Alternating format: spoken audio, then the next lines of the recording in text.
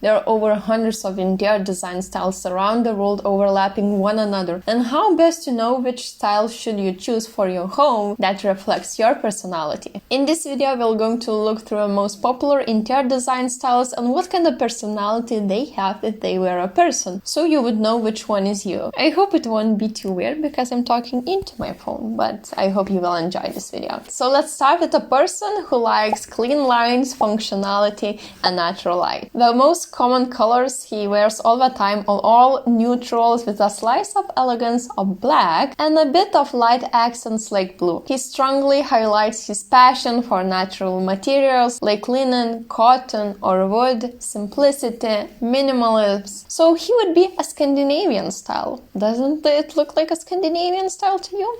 For me it does. Let's not forget that the Scandinavian style has a friend, and he also likes simplicity, natural materials, where less is always more. He appreciates clean lines, uncluttered space, and loves color white. And his color palette as well revolves around the neutral tones, creating a calming and easy to look at environment around him. He would be a minimalist style. Yes, a Scandinavian style is that style which evolves around natural materials and more colors, and in minimalistic style you can notice more such materials like plastic or recycled materials, but the majority of the interiors will look very monochromatic and almost without the colors, unless you will notice like a pales of blues and pales of blacks or other or golden color, but majority of the interiors are almost the white ones. So the person who would be a minimalistic style, he also would be wearing a lot of white colors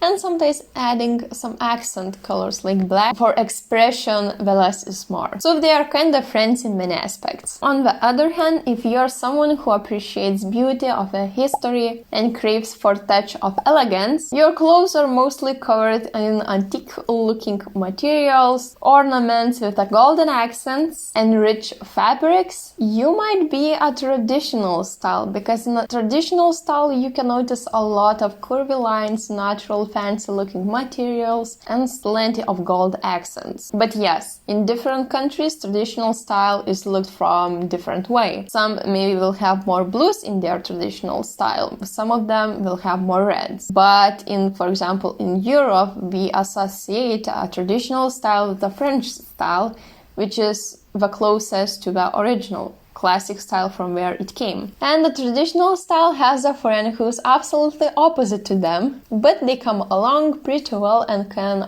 complement one another. He loves contemporary aesthetics, a harmonious blend of clean lines and functionality as well. Uncluttered furniture and accents of a little bit of concrete and metal. Has a strong mindset, but is very flexible and open-minded to try new things. Then you're a modern style. And why modern style comes along with a traditional style? Because a traditional style looking chair will always be a high accent in a modern looking interior, and vice versa. So it's like having a rough looking pants with a classic looking on the point fancy jacket. And if those two styles had a baby, it would be a contemporary style. It's like a mix and match of historical items and a bit of modernness. Oh yeah, I forgot to mention that modern style has a sister. She's younger, she's a bit rough, but lives in New York. She likes taking photos next to brick walls. She loves leather jackets with a custom-made painting on the back and always carrying around a metal with her. Her name is Industrial style. So be careful, she's pretty expensive but very unique as well. Because in such interiors you can notice a unique looking items or handmade materials that you're probably not gonna find where to buy anywhere. So basically plenty of collectibles with a bit of touch of modern style. Now let's talk about person who loves everything. Whatever they see, they wanna bring home. And more is always better than nothing. She finds herself somewhere between old-fashioned and a bit of modernism.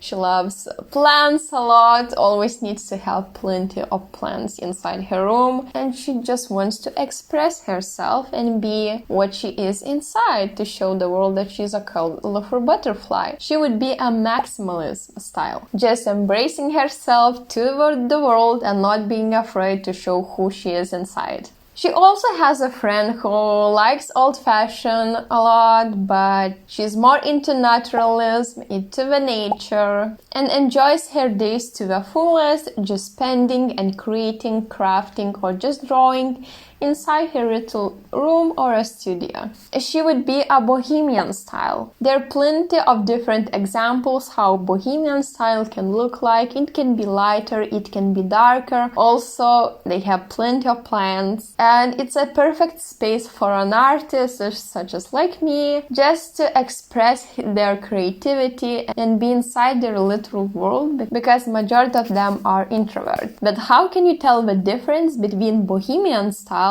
and maximalism? Well, in maximalism you will notice a lot of different colors, but in a bohemian style you can notice a lot of handmade material or furniture, also macrame wall hangings, baskets, and a bit of artistic stuff. Now, if you like Zen, Feng Shui, you're more into Asian culture, and you're trying to balance your life no matter what, always wear clothes from natural materials that are sustainable and can be reused many times. Buy things that are handmade but a bit expensive and always has the greatest quality. Your colors are more like a mix of warm and colder that mostly associates with the earth, and as I mentioned, you love Japanese style and culture and believe in their philosophy, but you're also like the Scandinavian style, which has a bit of more colors and more expression. So you would be a Japandi style. A Japandi style is a combination of a Scandinavian style and Japanese style. They share the same philosophy and similar color palette. And also you can see a mix of match of different furniture which belong to one style or another. Oh, and if I didn't mention any other style you would like to know, like rustic style, farmhouse style,